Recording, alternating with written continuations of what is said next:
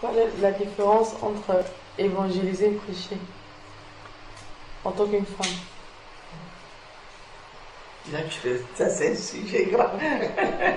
Mais tu as soulevé mon problème. C'est normal, je te dis. Mais c'est tout. Là, c'est un sujet. Vraiment.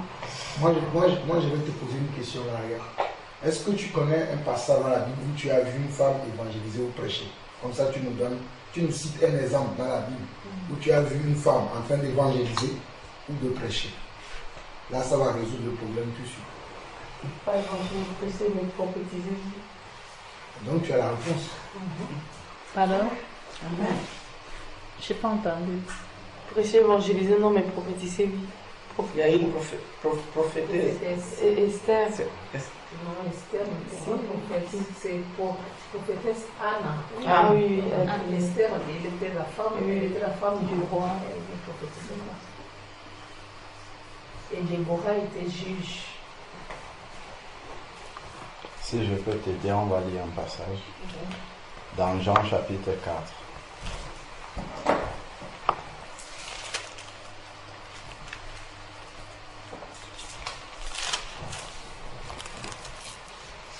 Dans Jean chapitre 4,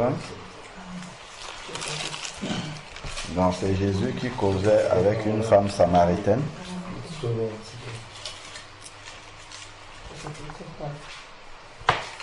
Jean combien, papa? Jean chapitre 4.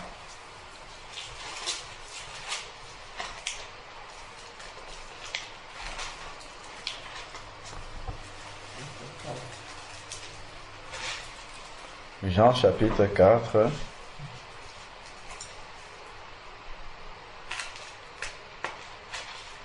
Si on prend, donc, c'est l'échange entre Jésus et une femme samaritaine. Donc on va pas lire, on peut lire à partir du verset 16.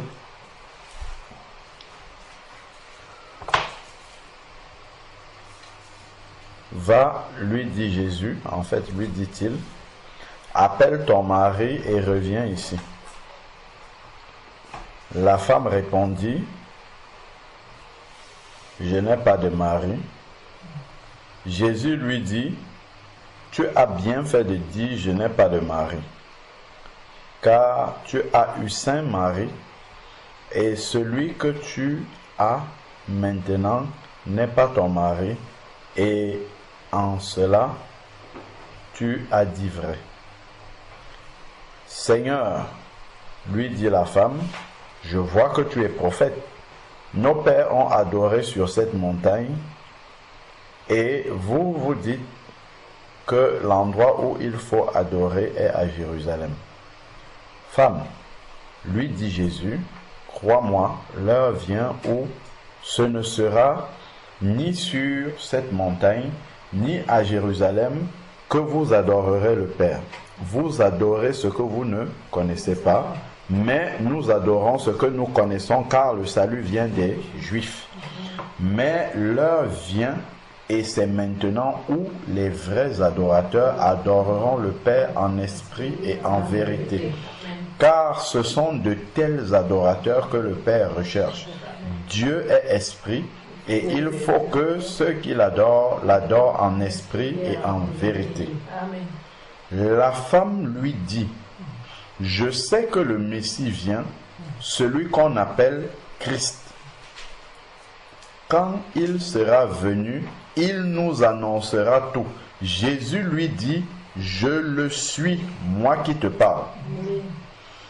Alors arrivèrent ses disciples qui furent étonnés de ce qu'il parlait avec une femme. Toutefois, aucun ne dit, que demandes-tu? Ou de quoi parles-tu avec elle? Regarde ce qui va se passer. La femme laissa donc sa cruche, s'en alla dans la ville et dit aux gens, venez voir un homme qui m'a dit ce que j'ai fait. Ne serait-ce pas le Christ? Il sortit de la ville et vint vers lui. Pendant ce temps, donc les disciples parlaient avec lui, ainsi de suite. Donc je vais sauter et nous on va rester sur l'évangélisation. Donc, alors, si nous prenons à partir du verset 39 maintenant, la suite. Plusieurs pharisiens de cette ville, samaritains pardon, de cette ville crurent en Jésus à cause de la parole de la femme qui rendait ce témoin. Ils ont cru à cause de la parole de la femme qui rendait un témoignage. Donc, elle rendait un témoignage. Il m'a dit tout ce que j'ai fait. Aussi, les Samaritains vinrent à lui. C'est ça, évangéliser, amener les gens à Christ. Donc, elle, ici, on peut parler d'avoir évangélisé, d'avoir conduit les âmes à Christ, mais quel moyen elle a utilisé? Son témoignage. Amen. Dans une sœur, si elle veut amener les gens à Christ, voici le modèle qui est écrit ici, c'est le seul que moi je connais. Amen. Elle amène par son témoignage, on peut voir Marie de Magdala aussi qui amène des gens à Christ. Elle alors par contre, elle amène par son comportement. Elle ne dit rien du tout. C'est juste par son comportement, elle amène tout un village à Christ, juste par son comportement. Donc voilà comment la femme peut prêcher, évangéliser, enseigner si tu veux, c'est par son comportement uniquement. Il y a tout dedans. Pourquoi? Parce que elle ne prêche pas en parlant. Elle prêche en se comportant.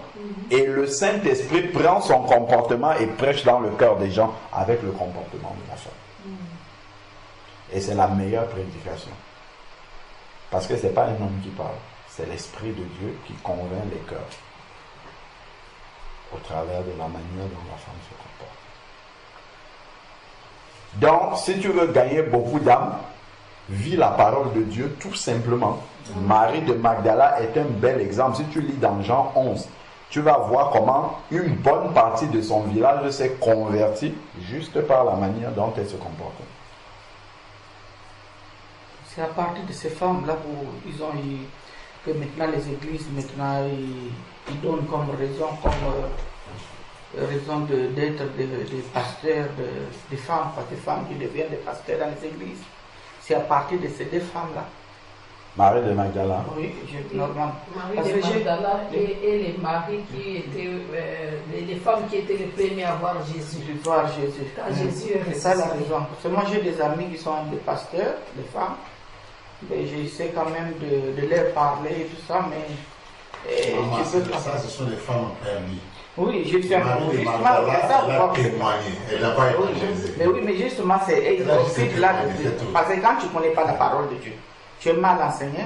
Donc, quand ils vont se débattre, ils vont dire oui, il y a Marie Magdala qui était. Attends d'abord, pardon, excuse-moi.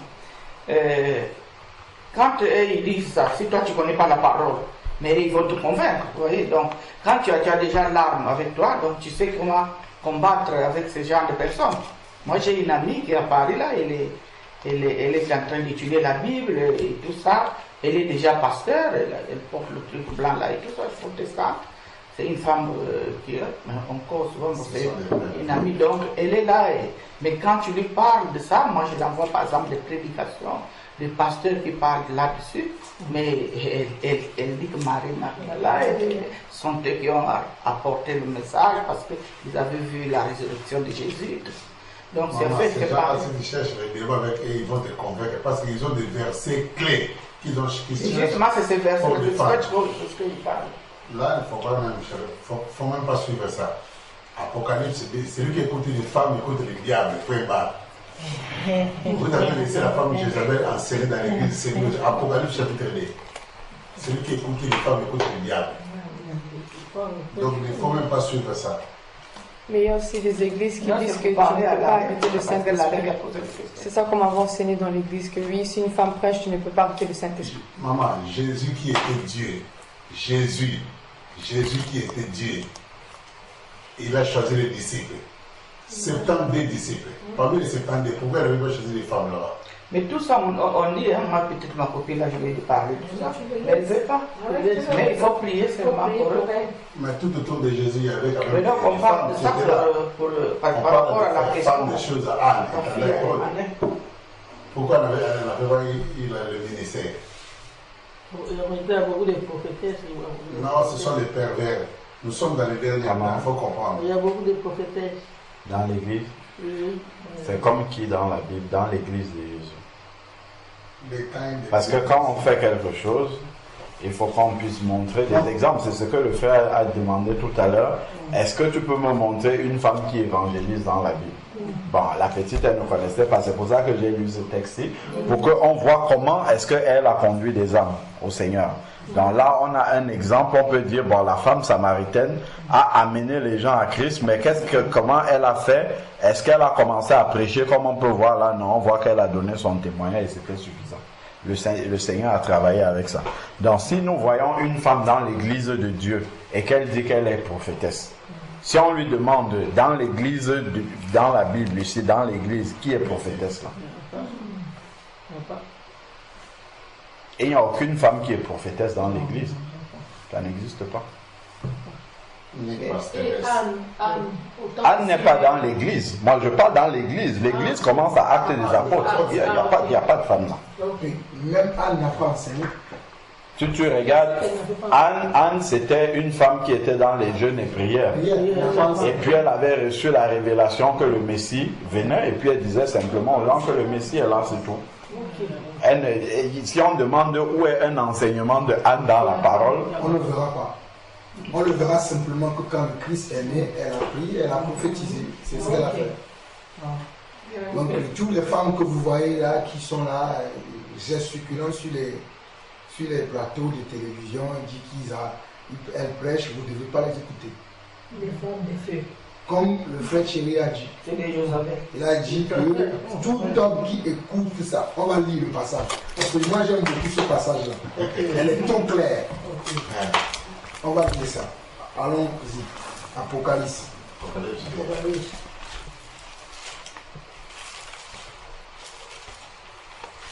Maintenant, cela ne veut pas dire que là, comme on est là, une femme ne peut pas recevoir une prophétie.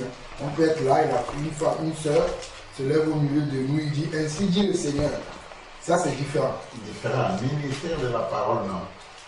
Mais prendre la Bible, commencer à expliquer, commencer à dire, Jésus est monté, Jésus est descendu. Ça, ce n'est pas permis à la femme de faire ça. Donc, on regarde dans Apocalypse chapitre 2, on lit à partir du verset 20. On peut même lire à partir du verset 18. Là, ça va être clair pour nous, on va lire jusqu'au verset 24. La doctrine aujourd'hui, moi je prêche contre cette doctrine. Je suis très vigilant contre ça. Parce que ce n'est pas normal qu'on voit ces choses-là. On nous dit que, écrit en l'ange de l'église de Thyatire, c'est-à-dire à l'église de Thyatire, Jésus avait vu qu'il y avait quelque chose qui se passe là-bas. L'ange veut dire le serviteur, le conducteur de l'église là-bas. Le visionnaire. Écrit à l'ange de l'église de Thyatire veut dire écrit au conducteur de l'église de Thyatire. Voici ce que dit le Fils de Dieu, celui qui a les yeux comme une flamme de feu et dont les pieds sont semblables à de l'airain ardent. Je connais tes œuvres, ton amour, ta foi et tes dernières œuvres plus nombreuses que les premières. Donc l'église de Thyatire est une église qui avait de l'amour. C'est une église qui accomplissait beaucoup d'œuvres. Le Seigneur le reconnaît. Il dit même que ses dernières œuvres sont plus nombreuses que les premières. Mais regardez ce que Jésus dit encore. Mais ce que j'ai contre toi, c'est que tu laisses la femme, Jézabel, qui se dit prophétesse, enseigner et séduire mes serviteurs, pour qu'ils se livrent à la débauche et qu'ils mangent des viandes sacrifiées aux idoles. Je lui ai donné du temps afin qu'elle se repente, et elle ne veut pas se repentir de sa débauche. Voici, je vais la jeter sur un lit et envoyer une grande tribulation à ceux qui commettent l'adultère avec elle, à moins qu'ils ne se répandent de leurs œuvres. Quand il dit je vais la jeter sur un lit, c'est-à-dire je vais la jeter sur une place publique, afin que tous ceux qui veulent aller l'écouter, qu'ils les écoutent. Mais au verset 23, il dit quoi? Je frapperai de moi ces enfants, et toutes les églises connaîtront que je suis celui qui sonde les reins et les cœurs, et je rendrai à chacun de vous selon ses œuvres. Mais regardez ce que Jésus dit au verset 24. Il dit à vous, à tous les autres de Thyatire, qui ne reçoivent pas cette doctrine. Donc, dans l'église de Thyatire, il y avait des gens qui suivaient la femme prophétesse, mais il y avait d'autres qui refusaient de la suivre. C'est pour ça qu'au verset 24, Jésus va les féliciter. Il va dire à vous, à tous les autres de Thyatire, qui ne reçoivent pas cette doctrine et qui n'ont pas connu les profondeurs de Satan, comme il les appelle, je vous dis, je mets sur vous, je ne mets pas sur vous d'autres fardeaux. Verset 25, seulement ce que vous avez, retenez-le jusqu'à ce que je vienne. Amen. Voilà pourquoi je disais que c'est comme le frère Thierry a dit, on ne doit pas aller écouter une femme qui enseigne. Même si elle fait de grands miracles, elle fait déplacer la tour Eiffel de la France, elle amène ici en Belgique. De la Belgique, elle amène à Hollande. De la Hollande, elle amène au Togo. Du Togo, elle ramène, elle repose là. On ne va pas l'écouter. Parce que ce n'est pas de Dieu. Paul dit bien dans 1 Timothée chapitre 2 que Dieu ne permet pas à la femme d'enseigner. Mais comment on voit aujourd'hui les femmes enseigner?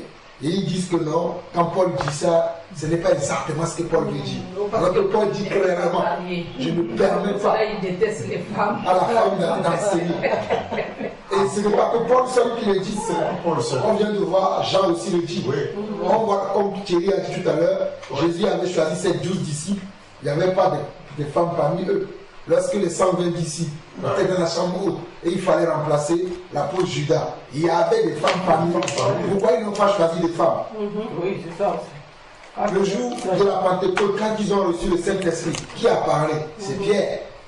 Pourquoi? Il y avait même la mère de Jésus là-bas. Pourquoi Pierre n'a pas dit, bon, mère de Jésus va parler? Parce que mère de Jésus était aussi dans la chambre haute. Frère Jean-Paul, l'apôtre Paul, il a osé quelque chose, il a dit quelque chose de très important. Il a dit, tout ce que je vous ai écrit, si quelqu'un, même si un ange descend du ciel, il vient vous dire le contraire de ce que moi je vous ai dit, qu'il soit à la terre, pas à la calamambé. Amen. L'apôtre Paul a dit de maudire même un ange. Donc ça veut dire que ce qu'il a dit, je ne permets à la femme d'enseigner, ni de prendre l'autorité. Donc cela veut dire, si les mamans vous êtes là, nous sommes aussi, par exemple, il y a que des mamans ici. Et il y a un petit enfant même de 2 ans, un bébé même de 2 ans, un garçon, il est là parmi vous. Personne ne peut se tenir debout pour prendre la parole et prêcher. Parce que c'est un garçon qui est là. Et l'apôtre Paul refuse. Mais parce que nous sommes au temps de l'enfant aussi, il faut comprendre que le diable est trop malin. Il vient avec sa doctrine pour emporter aussi. Et lui aussi, il cherche aussi des candidats. Donc, ceux qui ne seront pas prudents, ils seront peut-être emportés. Mais ceux qui sont éveillés, sont vigilants, qui lisent la parole de Dieu, qui comprennent la parole de Dieu, ils ne vont pas se laisser faire. Donc, c'est clair. Moi, ce que je voulais dire, pardon, là, Thierry, il donne des versets qui sont vrais. Mais lui-même, quand il est parti au Congo, il est parti enseigner dans une église d'une femme. Et je lui ai dit, qu'est-ce que tu as enseigné là-bas? Toi qui connais, tu as donné même les versets sans ouvrir la Bible. Une femme qui a une église, l'appelle, viens prêcher, il va. Et on a vu des photos, moi j'ai dit, comme ça là. Bon, je ne sais pas si peut-être là-bas aussi tu as prêché. Moi je n'ai pas prêché, moi j'ai témoigné. Tu étais là, dans une église d'une femme, là où la femme est passeresse. Moi j'ai témoigné, c'est pas une femme qui est là. Quand tu n'étais pas là, c'est moi. Ah oui, mais j'ai vu des photos, c'est pas bien. Ce n'est pas bien. Il est important de revenir sur les fondements pour comprendre ce qu'il y a derrière. Parce que beaucoup de personnes discutent sur ce sujet sans comprendre en fait quelle est la racine du problème. Parce qu'on pense que prêcher la parole de Dieu, c'est juste connaître les versets. J'ouvre, je commence à les expliquer. Il y a des femmes qui peuvent très bien expliquer la parole de Dieu. Très limpide. Donc, le problème n'est pas la capacité de pouvoir le faire. Il y a des femmes qui le font très très bien. Mais ce que Dieu regarde et demande, c'est d'avoir son mandat pour le faire. C'est ça qui est le problème. Est-ce que c'est Dieu qui t'a envoyé? Est-ce que Dieu t'a mandaté pour aller le faire? Ça, c'est une autre question, ça. Parce que tu peux bien faire, comme le frère disait, tu fais des miracles. Les Joyce Meyer, elles prêchent, elles amènent des âmes à Christ, elles gagnent le monde entier. Mais est-ce que c'est Dieu qui l'a envoyé pour faire ça? Ça, c'est une autre question. Est-ce que Dieu valide ça? Ça, c'est une autre question. Parce que si Dieu validait ça, on aurait au moins un exemple de femme dans la parole de Dieu qui fait la même chose. Mais on n'a pas cet exemple-là.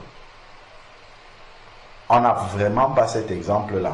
Et bon, on peut rentrer dans les détails, mais c'est pas le sujet. Quand on regarde là où Paul dit qu'il ne permet pas à la femme d'enseigner, après il renvoie dans la Genèse.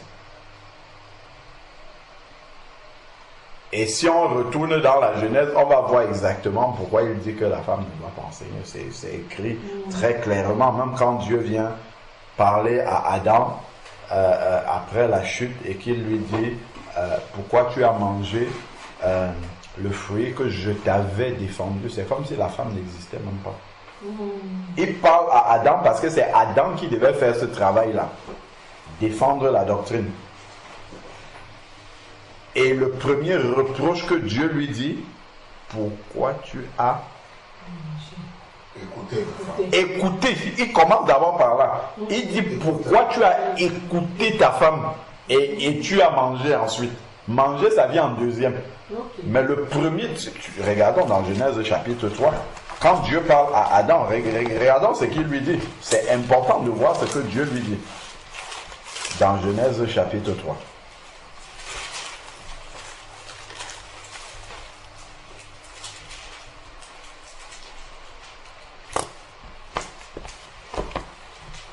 Genèse 3, verset 17.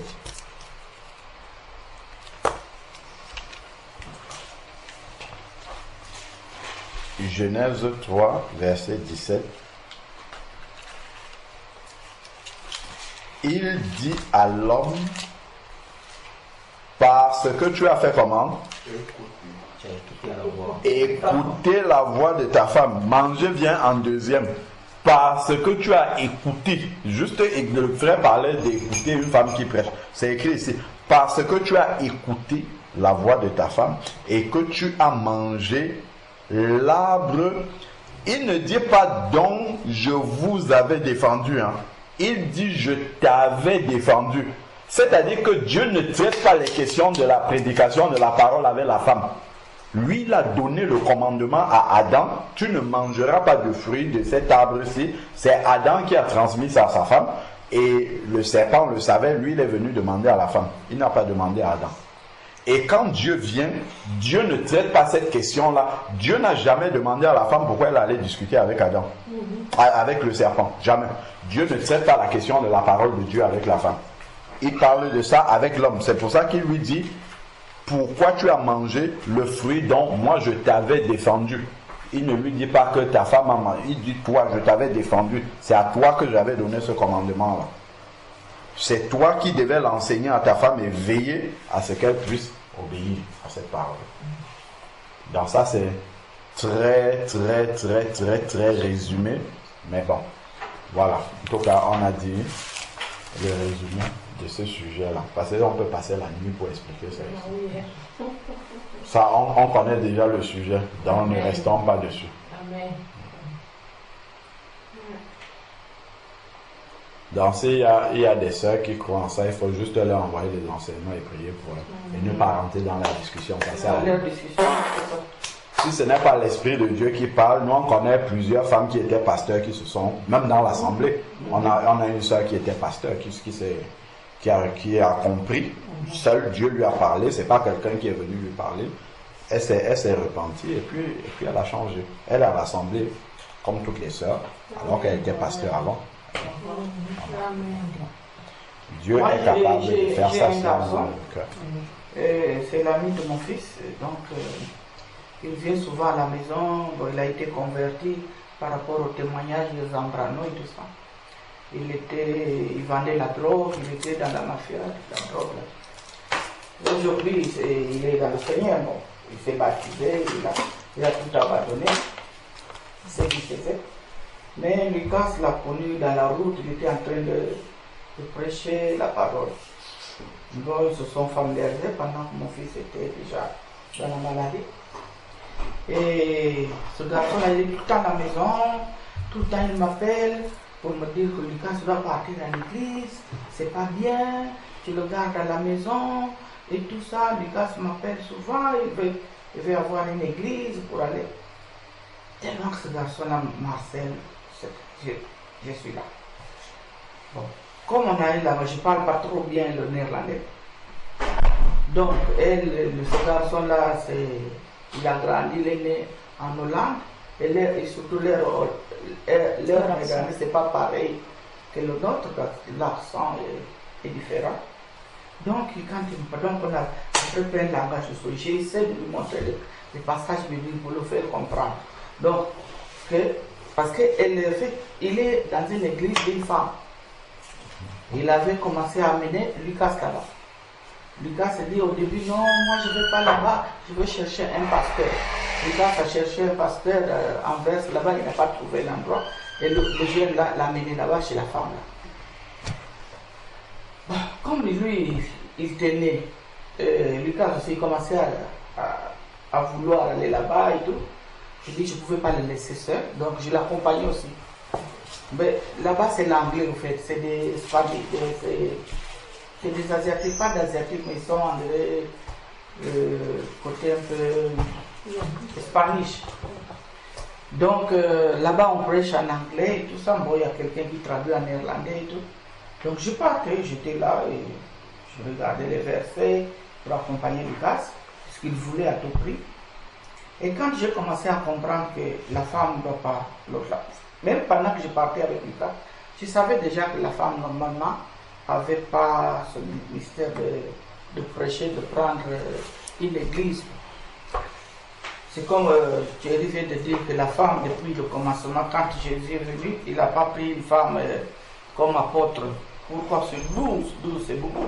10 plus 2, ça fait 12. Donc il n'y a pas eu même 2, même 1 dans le... Donc, j'ai commencé à me poser la question, j'ai commencé à chercher.